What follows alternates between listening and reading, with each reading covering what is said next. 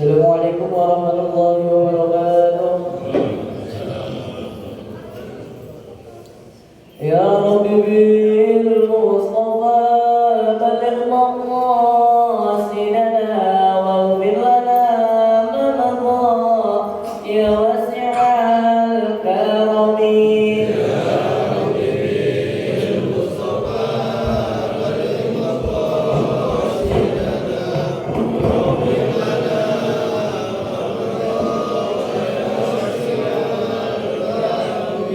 محمد سيد القولين والثقلين والفريقين من عرب ومن عجم.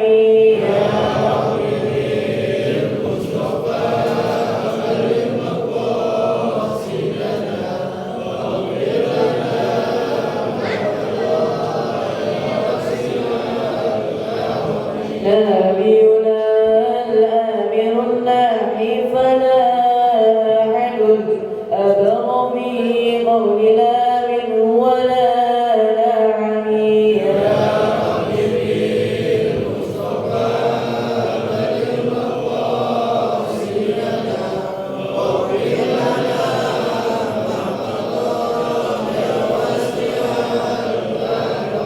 هو الحبيب الذي ضرج شفاعته لكل حول من الأهوال مقتحم.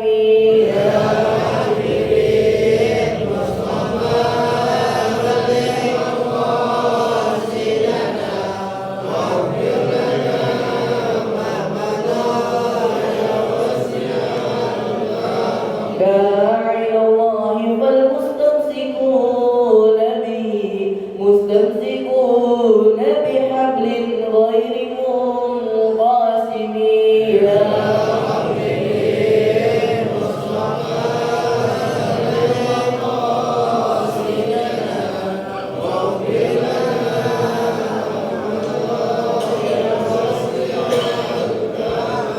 يا رب بالمصطفى بلغ مقاصدنا واغفر لنا ما مضى يا واسع الكرم.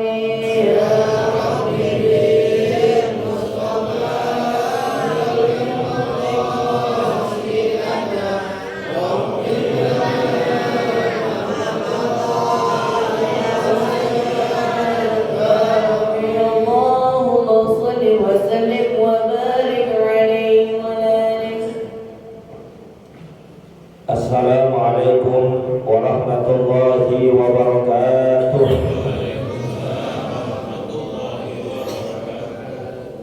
Bismillahirrahmanirrahim. Alhamdulillahi rabbil alamin. Allahumma salli wa sallim ala sayyidina Muhammadin wa ala alihi wa sahbihi ajma'in, amma ba'du. Fa inna asdaqal hadits kitabullah wa khairal hadi hadi sayyidina Muhammadin sallallahu alaihi wasallam wa syarral umuri muhdatsatuha wa kullu muhdatsatin bid'ah wa kullu bid'atin dhalalah wa kullu dhalalatin finnar. Subhanaka la ilma lana illa ma 'allamtana innaka antal alimul hakim. Rabbi shrah li sadri wa yassir li amri wahlul 'uqdatam min lisani yafqahu qawli. Amin. Yang sama-sama kita hormati dan muliakan guru kita Ustaz Dr. Andes Haji Asman bin Haji Abdul Rahim, Ketua Masjid Al-Istiqomah Ustaz Asmani bin Kiai Haji Abdul Rashid Siddiq, bapak-bapak, ibu-ibu, remaja, hadirin jemaah yang dimuliakan oleh Allah. Alhamdulillah, saat ini kita memasuki Ramadan hari yang ke-24. Insya Allah pengajian kita tutup besok tanggal 25 Ramadan. Yes.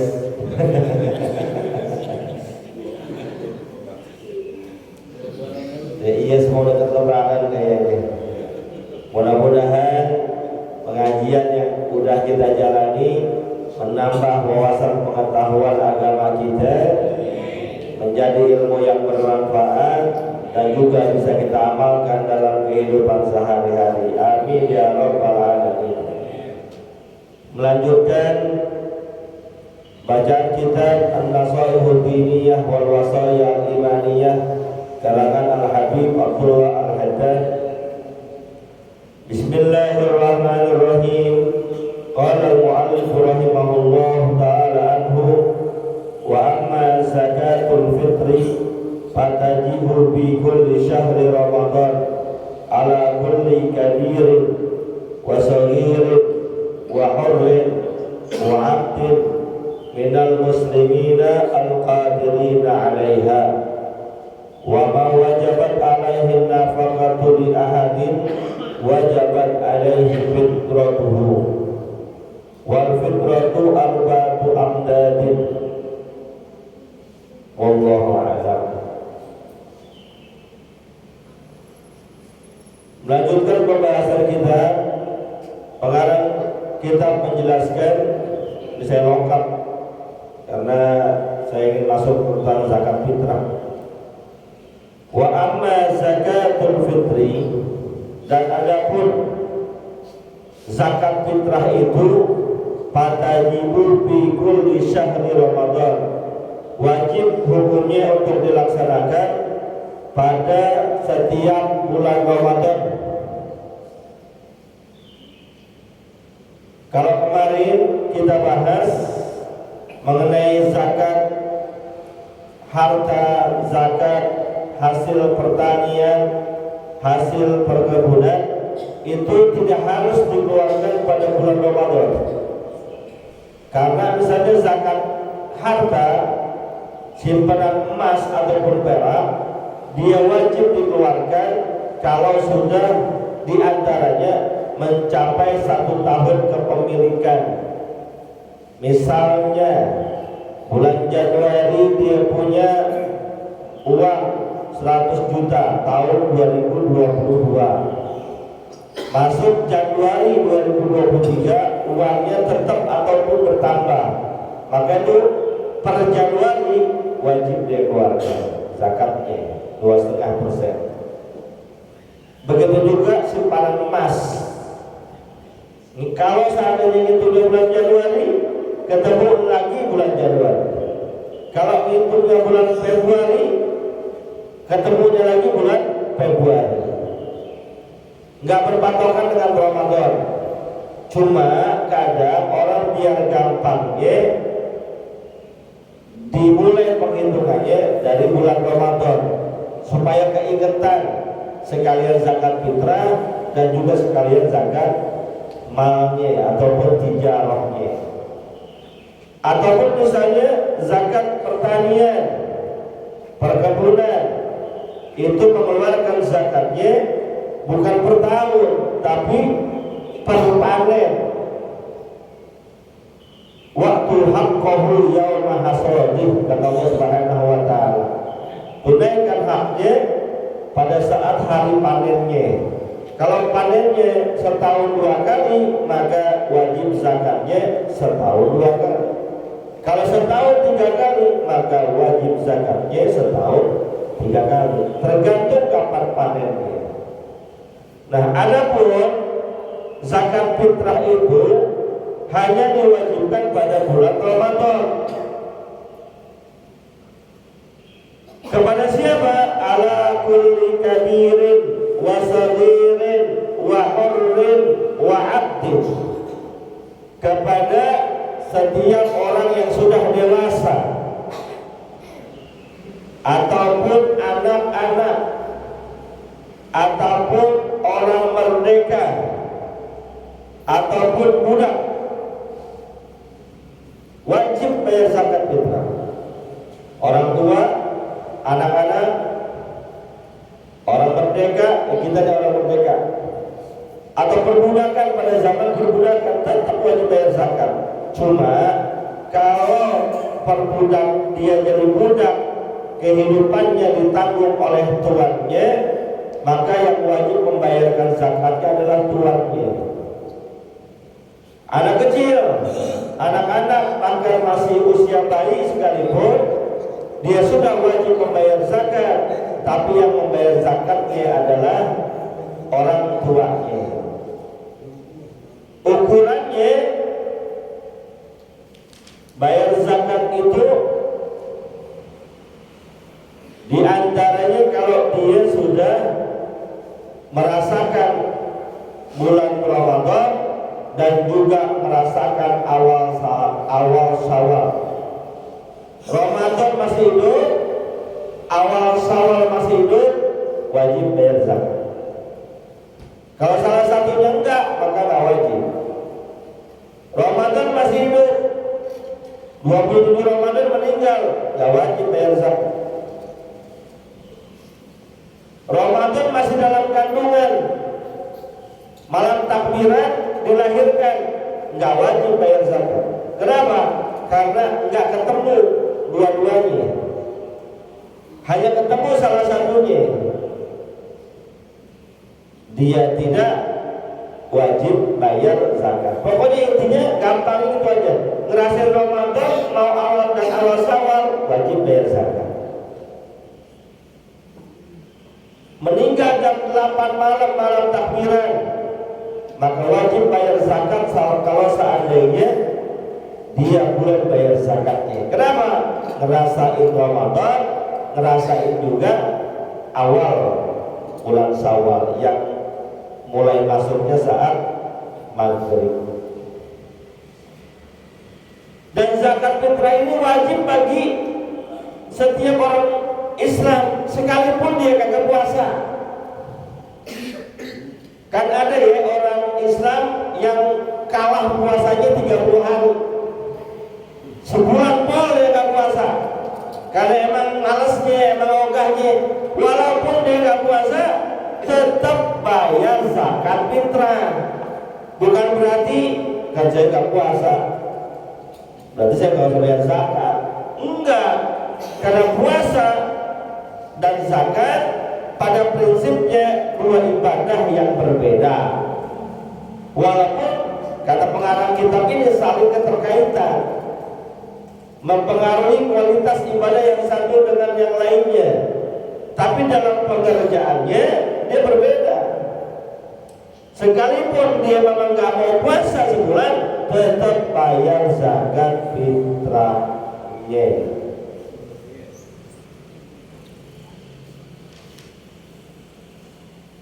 Minal muslimina al-qadirina alaiha, yang wajib bayar zakat fitrah itu orang yang memiliki kemampuan atasnya.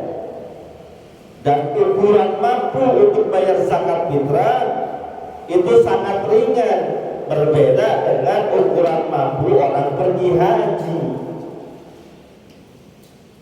Kalau orang pergi haji kan harus kuat finansialnya, bisa setor ONH-nya, kuat fisiknya dan lain sebagainya. Zakat mal harus ada ketentuan harta minimal berapa. Tapi kalau untuk zakat fitrah ukurannya cuma memiliki makanan dari mulai takbiran sampai sore hari raya, wajib bayar zakat. Kalau ukurannya kayak gini, hampir semuanya bayar zakat, nggak ada yang enggak. Apalagi yang tinggal di Jakarta. Mohon maaf ya, termasuk yang suka minta-minta itu ternyata duitnya banyak gitu.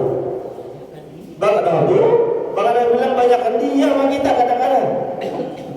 Sekalipun kerjaannya cuma minta-minta dan memiliki makanan cukup malam hari raya dan sore harinya, wajib bayar zakat. Jadi nggak ada tolerir. Wa man wajabat alaihi nafaqatu li ahadin wajabat alaihi fitratuhu. Dan siapa orang yang menanggung kehidupan seseorang, maka wajib juga buat dia untuk membayarkan zakat fitrahnya. Walaupun itu bukan anak kandung kita misalnya. Kalau anak kandung kita jelas lah, kita yang membiayain makannya, kita yang membiayai hidupnya, maka zakat mereka kita yang bayar. Kalau seandainya kita ngangkat anak, kan bukan anak kita, tapi kehidupan dia tuh kita yang tanggung, makannya, pakaiannya, tempat tinggalnya, maka wajib juga kita bayar zakatnya.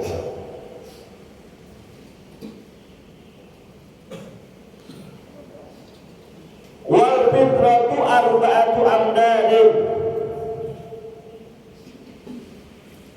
Zakat fitrah itu dikeluarkan seukuran 4 mud. Berdasarkan hadis Nabi kita Muhammad sallallahu alaihi wasallam,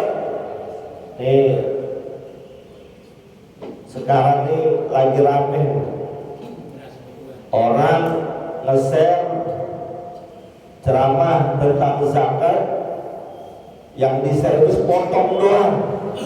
Pas bagian kata-katanya, nggak sah orang bayar zakat fitrah pakai uang, pluk, dipotong, share. Akhirnya terjadi kegaduhan di mana-mana.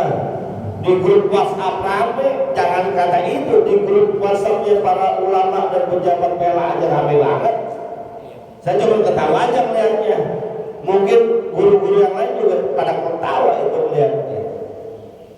Jadi kalau dapat share-sharean yang memang kita nggak paham tentang hal itu, jangan share lagi ke orang. Tanya dulu yang benar sama yang paham. Ustaz, saya dapat sharean kayak gini nih, menurut Ustaz gimana? Nanti Pak Ustaz dijelasin duduk perkaranya. Karena share-sharean itu yang dibagikan itu sepotong, karena memang kapasitas WhatsApp misalnya video itu nggak bisa dioper secara penuh, maksimal 3 menit, potongannya sampai situ doang. Orang lain kita sebarin, yang nggak paham agama dan sok tahu agama langsung komentar, nggak sah. Kalau pakai uang zakat fitrah harus pakai beras. Siapa bilang harus zakat fitrah harus pakai beras? Kalau mau ikutin Nabi, korma, gandum.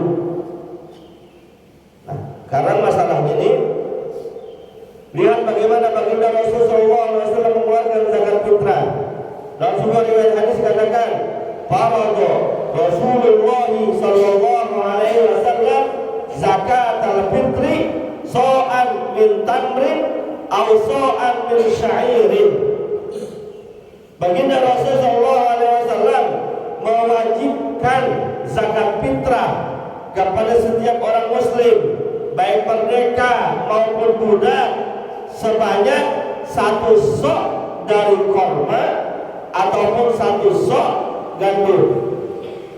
Ukuran yang dipakai oleh zaman Nabi 1 sok. Permasalahannya itu ukuran sok pada zaman sekarang hampir nggak pernah dipakai, termasuk di Arab Saudi sendiri nggak dipakai. Yang dipakai sekarang ukurannya liter ataupun kilo. Sok itu nggak dipakai. Lalu kalau yang digunakan oleh baginda Rasulullah SAW 1 sok itu berapa? Nah, kan jadi masalah.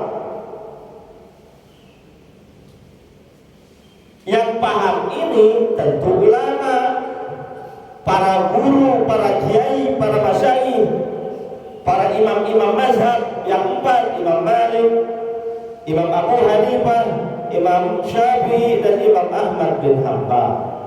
Yang lain juga masih banyak, cuma yang 4 ini yang kita kokohkan karena memiliki jalur keilmuan sampai sekarang. Nah, untuk menentukan 1 sok ini, ulama pun berbeda pendapat masalahnya. Dalam kitab, ini kitab modern, kalau yang punya duit boleh beli, Al-Fiqhul Islam wa Adillatuhu, karangan Syekh Dr. Wahbah Suhaili rahimahullah ta'ala, orangnya baru meninggal kira-kira 2-3 tahun yang lalu. Itu dikatakan satu sok itu adalah arba'atu amdani, 4 mud. Satu sok sama dengan 4 mud. Kalau kita satu mud biasanya kita hitungnya berapa liter? 6 on, ada yang 3/4 liter. Ini ukuran taksiran, bukan ukuran pasti. Kira-kira, karena kalau dipraktekkan oleh Rasulullah SAW, satu sok itu sama dengan 4 mud. Satu mudnya itu sekira-kira 1 raupan 2 tangan kita. Ini misalnya ini kita bayanginnya jangan beras dulu, korma. Kan Rasulullah pakainya korma ataupun gandum. Jadi 4 kali raupan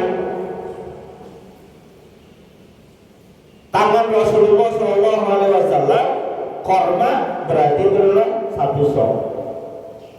4 raupan tangan. Selesai nggak sampai situ? Nggak selesai. Kenapa? Masalahnya tangan orang beda-beda.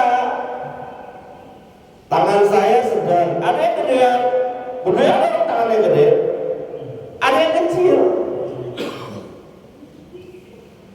Lalu kan contohnya tangan Rasulullah.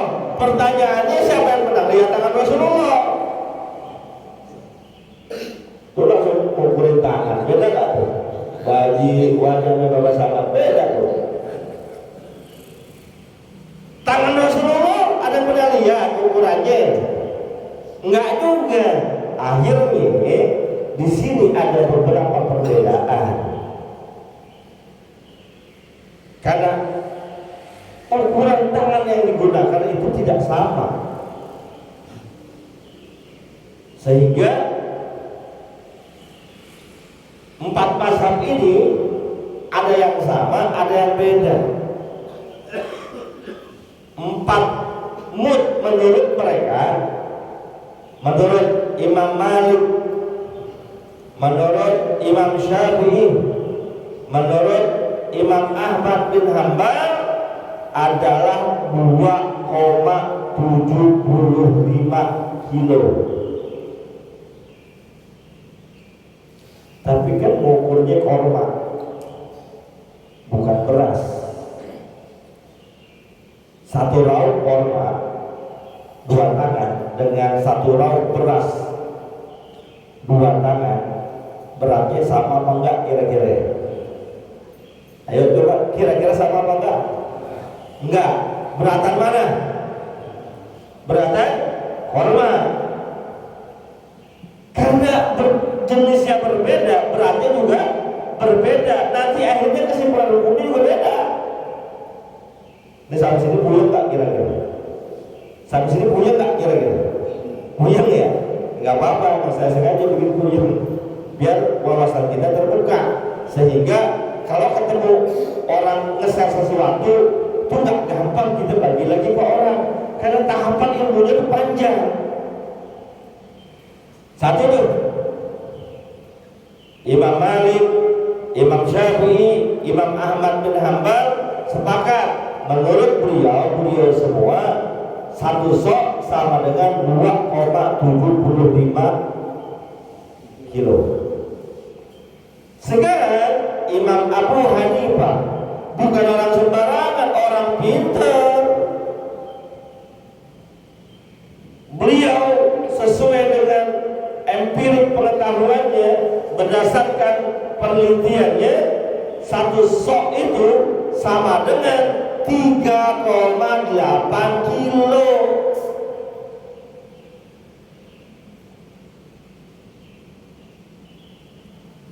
Kalau tadi 2,75 gram, 2,75 kilo disama denganin menjadi liter. Padahal ukuran standarnya itu so itu maksudnya takaran, dibalikin ke kilo. Setelah jadi kilo dibalikin lagi ke liter oleh kita. 2,75 kilo dikalkulasi kira-kira 3,1 lebih dikit atau 3,2 digenapkan menjadi 3 liter setengah. Karena kalau pakai mur itu kan 34 liter. Kalau 4 mur berarti 34 liter lebih dikit. Maka kalau pakai ukurannya mur 34 liter lebih dikit sama dengan 3 liter lebih dikit. Jatuhnya kita itu digenapin 3,5 liter. Itu pun ulama menganjurkan kalau bisa lebihin, jangan segitu, jangan 3,5 liter. Kenapa? Yang saya bilang tadi, 1 mud korma dengan 1 mud beras beda beratnya. Ukuran Rasulullah pakainya korma. Maka kalau bisa jangan pas bayar zakat fitrah 3,5 liter, lebihin. Kalau perlu 5 liter. Tapi ini anjuran, bukan patokan hukum.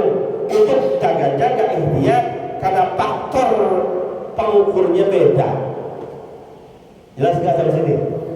Nanti ada lagi yang saya ceramah, harusnya lebih. Enggak, ini anjuran. Kalau untuk hitung-hitungannya udah pas tuh. Tapi untuk ikhtiarnya jaga-jaga yang pakai beras naikin, jangan pas 3,5 liter, 4 liter kayak begitu. Paham nih? Ya. Itu yang ukurannya 2,75 kilo. Sekarang Imam Abu Hanifah ukurannya 3,8 kilo, yang kurang lebih kalau ditaksir dengan menggunakan literan kurang lebih 5 liter.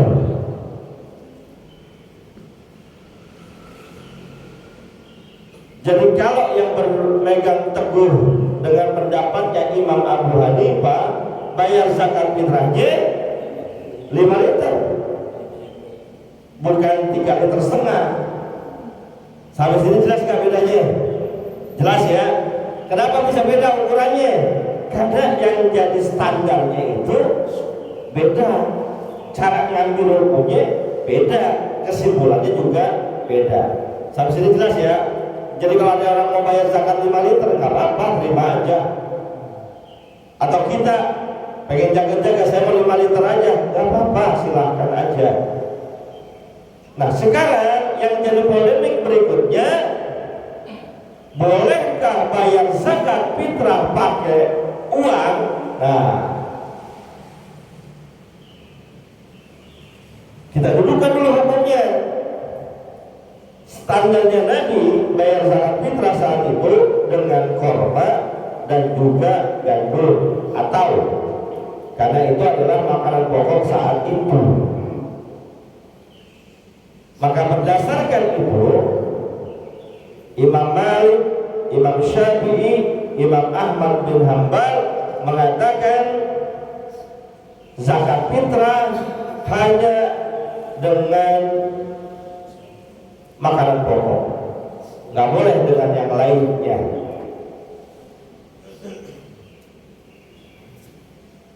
Sekarang kita Indonesia umumnya bermazhab apa kita biasanya umumnya?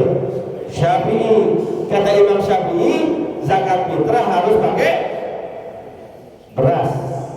Makanan pokok kita adalah beras. Maka yang mau jaga-jaga ikhtiar pakai makanan pokok aja, pakai beras saja. Lalu dikasih jalan oleh ulama-ulama kita kekinian. Karena orang sekarang pengennya simpel, maunya pakai duit aja, kadang-kadang pakai transfer. Maka ada ulama yang menjelaskan kalau gitu masjid sediain beras. Jadi orang datang bayar zakat,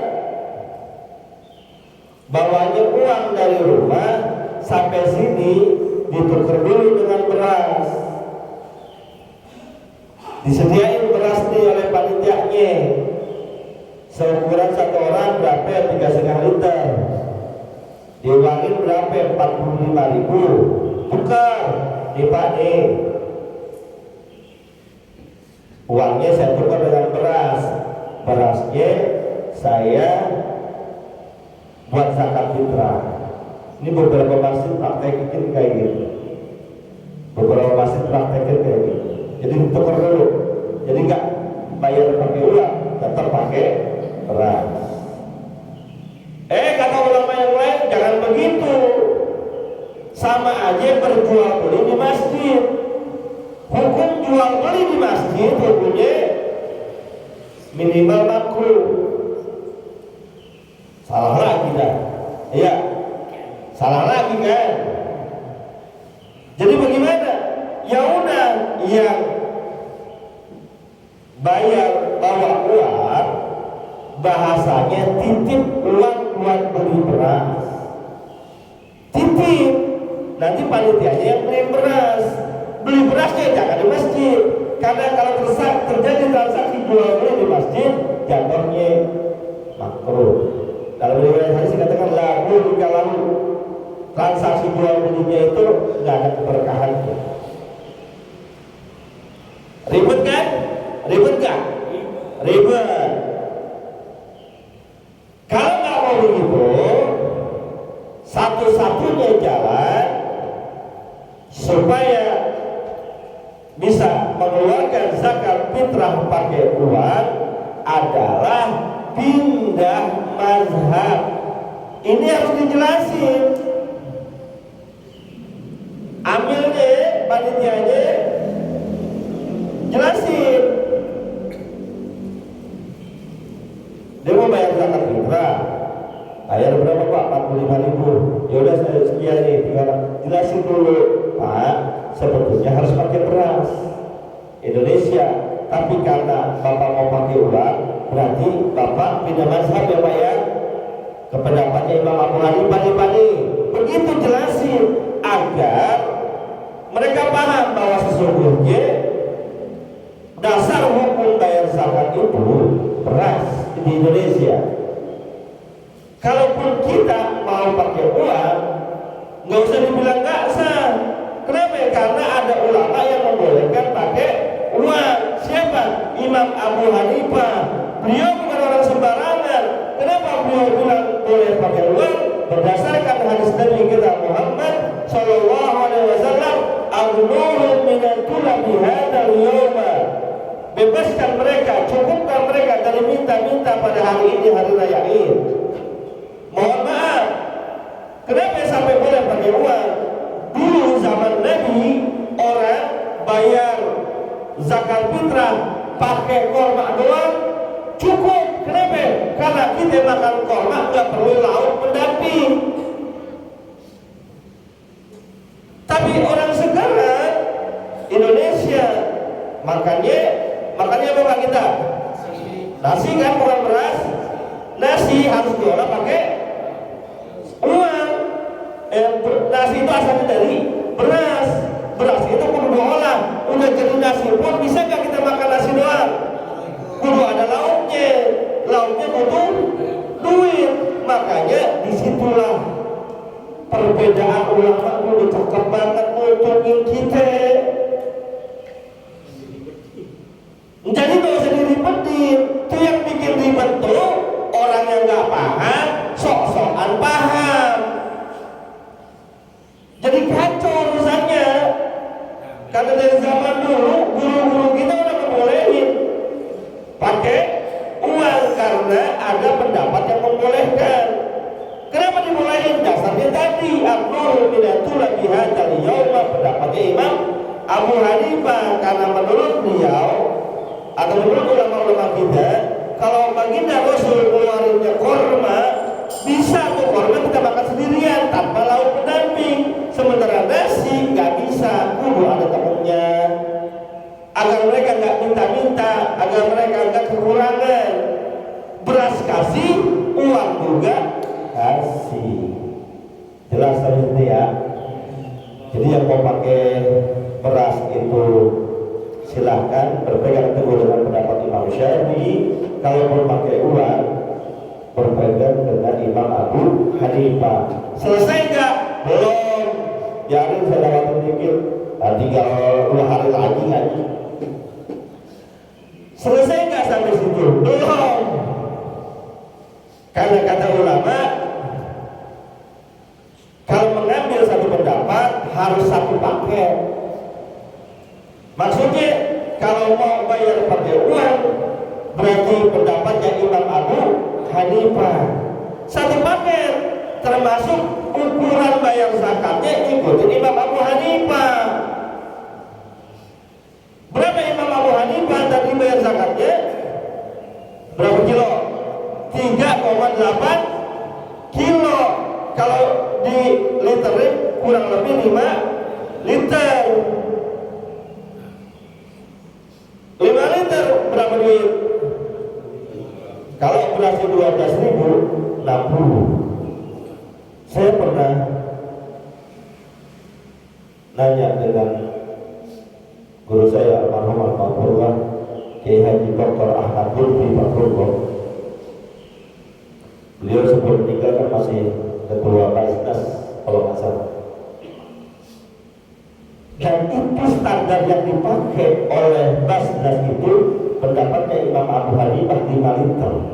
Cuma yang dipakai harga ukuran berasnya itu head standar, bukan head atas. Sekarang keputusan Basnas itu 45.000. Kalau dibagi 5 berarti yang dipakai adalah 9.000. Ada nggak beras 9.000? Ada nggak? Udah cakep apa belum? Cakep, udah enak dimakan. Tapi kalau kita mau jaga-jaga lagi, kita biasa makan yang 12.000 lebihi. 12.000 kali 5 berarti 60. Walaupun standar masjid 45.000. Kita lebihin, berapa dulu? Tinggal lebihin doang. Yang penting dasar hukumnya kita paham dulu, gitu ya. Kalau dia mau pakai yang 9.000, mau pakai yang Basnas 45.000, silahkan karena dia pakainya 5 liter kali 9.000. Jadi 45.000. Ini udah mampu nih. Tapi kalau kita mau lebih hati-hati lagi, makan beras kita 12.000. Berarti kali 5 60.000. Itu jauh lebih aman. Intinya yang bayar zakat pakai beras sah dan utama. Yang bayar zakat fitrah pakai uang insya Allah sah, berlandaskan intihannya Imam Abu Hanifah. Yang kagak sah adalah yang kagak bayar zakat. Gitu ya. Mudah-mudahan ada manfaatnya. Al-Fatihah.